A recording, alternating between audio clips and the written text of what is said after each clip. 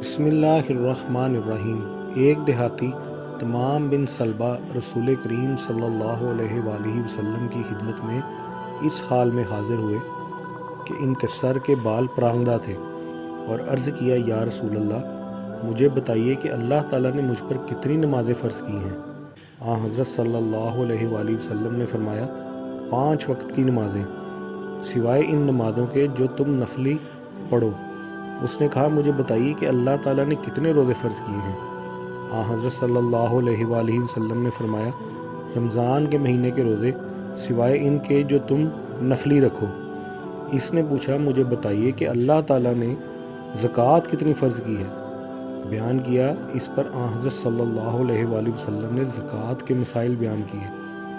پھر اس دیہاتی نے کہا، اس ذات کی قسم جس نے آپ کو یہ عزت بخشی ہے، جو اللہ تعالیٰ نے مجھ پر فرض کیا ہے، میں اس میں نہ کسی قسم کی زیادتی کروں گا اور نہ کمی۔ حضرت صلی اللہ علیہ وآلہ وسلم نے کہا کہ اگر اس نے صحیح کہا تو یہ کامیاب ہوا، یا آپ نے یہ فرمایا کہ اگر اس نے صحیح کہا ہے تو یہ جنت میں جائے گا۔ اور بعض لوگوں نے کہا کہ 120 اونٹوں میں 2 حصے 3 برس کی 2 اونٹنیوں جو چوتھے برس میں لگی ہوں زکوٰۃ میں لازم آتی ہیں۔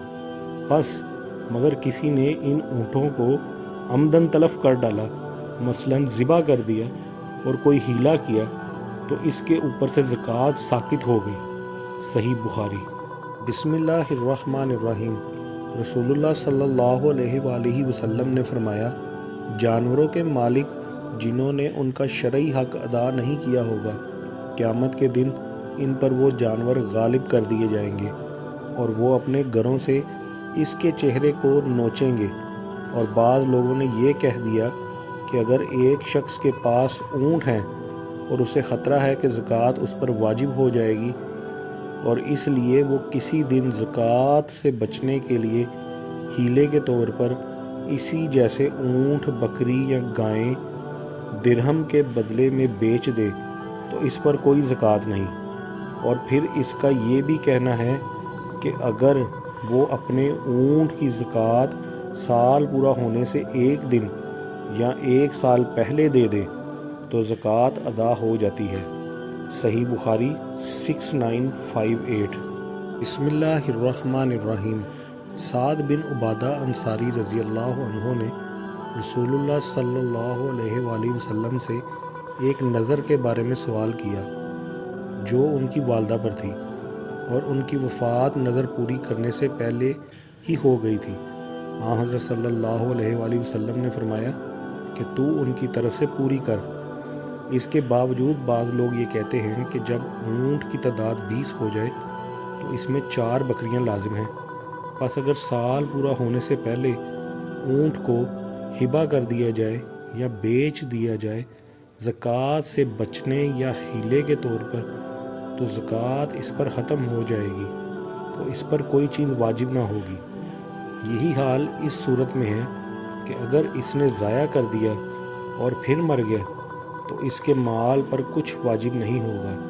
صحیح بخاری 6959۔ بسم اللہ الرحمن الرحیم۔ حضرت علی رضی اللہ عنہ سے کہا گیا کہ حضرت عبداللہ بن عباس رضی اللہ عنہ عورتوں کے متاع میں کوئی حرج نہیں سمجھتے۔ انہوں نے کہا کہ رسول اللہ صلی اللہ علیہ وآلہ وسلم نے خیبر کی لڑائی کے موقع پر متاع سے اور پالتو گدھوں کے گوشت سے منع کر دیا تھا۔ اور بعض لوگ کہتے ہیں کہ اگر کسی نے ہیلا سے متاع کر لیا تو نکاح فاسد ہے، اور بعض لوگوں نے کہا کہ نکاح جائز ہو جائے گا اور متاع کی شرط باطل ہو جائے گی۔ صحیح بخاری 6961۔ بسم اللہ الرحمن الرحیم۔ حضرت عمر بن خطاب رضی اللہ عنہ سن 18 ہجری ماہ ربیع الثانی میں شام تشریف لے گئے۔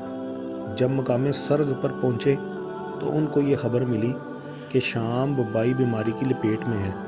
پھر حضرت عبد الرحمن بن عوف رضی اللہ عنہ نے انہیں خبر دی کہ رسول اللہ صلی اللہ علیہ وآلہ وسلم نے فرمایا تھا کہ جب تمہیں معلوم ہو کہ کسی سرزمین میں وبا پھیلی ہے تو اس میں داخل مت ہو، لیکن اگر کسی جگہ وبا پھوٹ پڑے اور تم وہیں موجود ہو تو وبا سے بھاگنے کے لیے تم وہاں سے نکلو بھی مت۔